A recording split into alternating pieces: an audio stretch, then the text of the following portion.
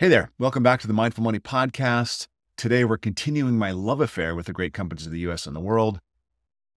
2 weeks ago, we talked about two things. First, we talked about the fact that wealth is created by owning great businesses. And second, we introduced this idea of the gathering darkness, all the reasons people decide not to own or own less of the great companies of the US and the world. Last week, we talked about how the words we choose to describe the ownership of the great businesses can affect how committed we are to owning them. Today, our topic is the investing benefits of an adult memory. So humans are incredible adapters. It is the ability to adapt that's made us such a successful species. One important adaptation, strange as this is going to sound, is memory loss. Most people associate forgetfulness with frustration, but forgetting also serves some very important functions necessary for human survival. According to Simon Norby, limited access to negative memories supports our ability to regulate emotions. Forgetting enables us to return to our bright and cheery selves after successive periods of this gathering darkness. Without this natural flushing of historical memories, we'd probably succumb to the weight of it all and be unable to leave our homes. Forgetting also creates a mistaken view of history. Because we don't remember the challenges we've overcome, we begin to see each challenge as something special and unique. Our brains trick us into believing that this time is different. So when the pundits tell us this time is different, it's easy for us to agree without much examination. We form a generalized belief that today's uncertainty will pass and become tomorrow's certainty because we don't see today for what it is. Just another period of the gathering darkness inextricably linked to the infinite series of prior gathering darknesses. This is a terrible setup when it comes to our experience of markets and investing because we think there are periods of calm and joy and certainty in markets, and those are the periods that experience great returns. This isn't true. Nothing could be further from the truth. The market climbs the proverbial wall of worry. As we analyze returns over time, we see that there are periods with horrible headlines and great returns, and periods with great headlines and horrible returns. Returns do not correlate with headlines. They don't correlate with much of anything with any kind of regularity. The minute we decide to sit this one out or wait and see or look for an all-clear signal, we begin to fall behind. We don't actually move from periods of uncertainty to periods of certainty or anything like that. We move from one uncertainty to the next without ever really knowing the consequences of the former or the causes of the latter. Meanwhile, our brains cobble together some muddled version of a shared history that enables us to make sense of our surrounding and cope with the vastness of the uncertainty. We desire a certainty we can't have, so our brains revise our histories to give it to us. But when investing, there is an enormous value in an adult memory. The year was 1970. Before we go further, take a moment, maybe pause this session for a second and think about it. What do you recall from the year 1970? Personally, I wasn't a twinkle in my parents' eyes, but thankfully I can read. So I've read and I know, and I'm going to share 3 stories with you. 1970 was a year marked by the gathering darkness. The darkness always presses its case, and in 1970, the darkness presented itself in the form of 3 stories. Don't just listen here. Maybe close your eyes. See if you can put yourself back in 1970 and relive this for a little bit. The first story. The first 5 months of 1970 were the last 5 months of an 18-month, almost 40% bear market that brought the go-go years of the 50s and 60s to a close.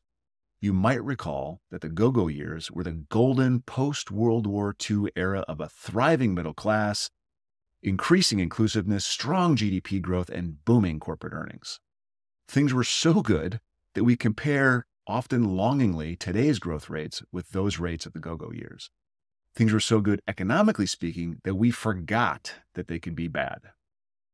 The go-go years in the 50s and 60s left investors completely unprepared for the 1969-1970 bear market that ended in May of 1970 in a firestorm of capitulation.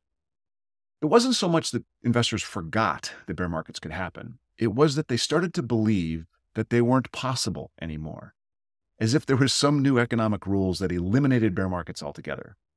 As a side note, this sense that risk has been repealed is one of the elements that makes almost every bear market rhyme. The second story.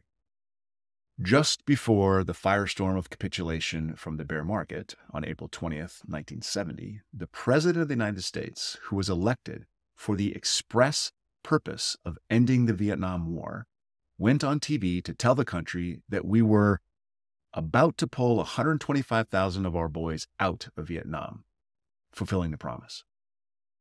10 days later, April 30th, 1970, very same president, very same TV, lets the country know that we have escalated the war in Vietnam. In an effort to get the Viet Cong, we have invaded Cambodia now as well.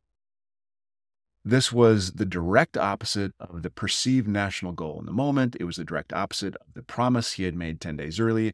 We had no warning, and the country went insane overnight. Every campus exploded into demonstration and protest. At one campus, Kent State in Ohio, Mayor Satram asked Governor Rhodes to call out the National Guard to do what the entire Kent police force had failed to do the night before: keep the peace. The children attending Kent State started throwing rocks at the National Guard troops.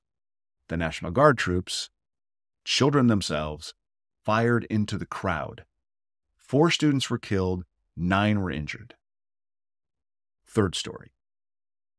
Finally, towards the end of 1970 and spilling over into 1971, the essential financial fact that defined the post-war world was repealed.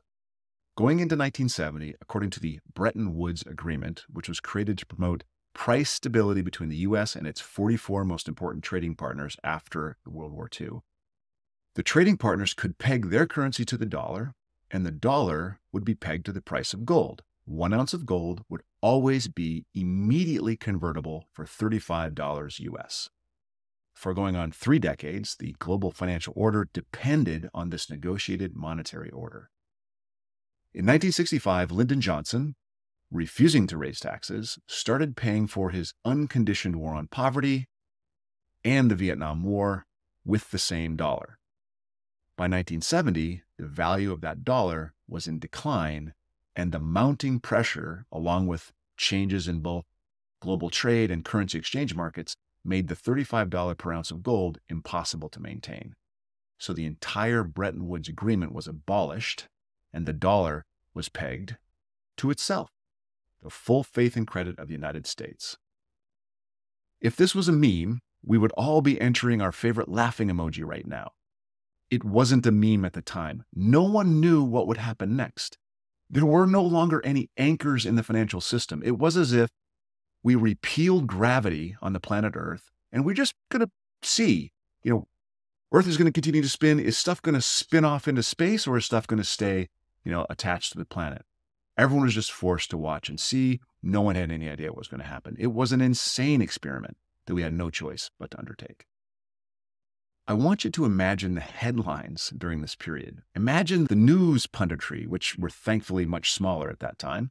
Imagine the morning news and the crosstalk of 1970. Think of the political speeches and the grandstanding on the radio and TV. What were the articles about in all the papers and periodicals? What were people discussing around the water cooler at work? What did families talk about at the dinner table? What were the presentations given in high school assemblies? What was the roundtable talk in Econ 101 class? What were the priests and pastors and rabbis telling us from the pulpit? Everywhere there was a gathering darkness. There was nowhere to hide from it. The reality is the darkness is always screaming. It is always there, and screaming is all it knows how to do. From within the darkness, progress is inconceivable. It's laughable even. When every minute of every day is filled with catastrophism, it's impossible to see the power of human ingenuity at work.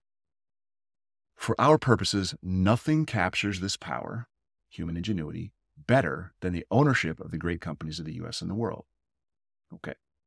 Now, the rest of the story. Anyone remember Paul Harvey's The Rest of the Story, ABC Radio in the mid to late 70s? He would present little known or forgotten facts on different subjects. That's exactly kind of what we're doing today. At the same time these 3 stories were happening, inconceivable progress is launching without any fanfare or appreciation or even announcements. In the late 60s, a gentleman named Gordon Moore started a quiet revolution. He observed that the number of transistors in an integrated circuit was doubling every 2 years and posited that it would continue to do so. This became known as Moore's Law. Gordon Moore was the founder and CEO of Intel, and while the world was ensconced in the 1970s version of the Gathering Darkness, Moore was launching the semiconductor industry, which set off a technological revolution that we're still both benefiting from today and deepening 50 years later. So, simple question. Today, which is more important in our day-to-day lives? The 3 stories that made up the Gathering Darkness of 1970 or Moore's Law? Which is more important to our portfolios? Let's take a look. In 1970, one could purchase a share of the S&P 500 for $92. You heard that right. It's a 2-digit purchase. The S&P 500 enjoyed earnings of $5.51 that year and paid a dividend of $3.19. Note that if we divide the dividend of $3.19 by the earnings of $5.51, we get about a 60% dividend payout ratio. Remember that. We're going to talk about that again in a couple weeks. Today, roughly speaking, the same share of the S&P 500 trades for about $4,850. Earnings will be in the range of about $220 for 2023, and the dividend is going to be around $70. Note the reduced dividend payout ratio. It's more like 32% instead of 60%. Again, we're going to talk about this again in a short while. The price is up 45 times because the earnings are up 40 times, and the dividends are up 22 times versus inflation, which is only up 8 times in the same period.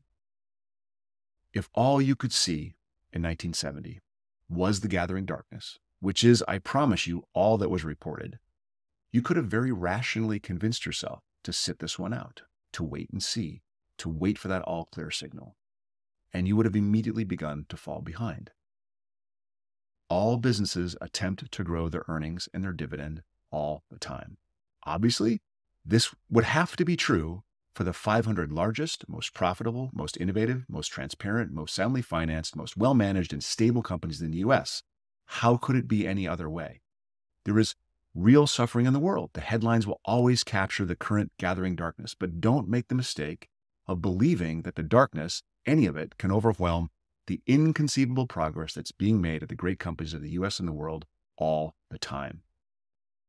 If you want to develop your own understanding of our economic history, check out the Resources tab on the Mindful Money website. Scroll down to the category Money History, where I've collected 10 of my favorite books on US financial history.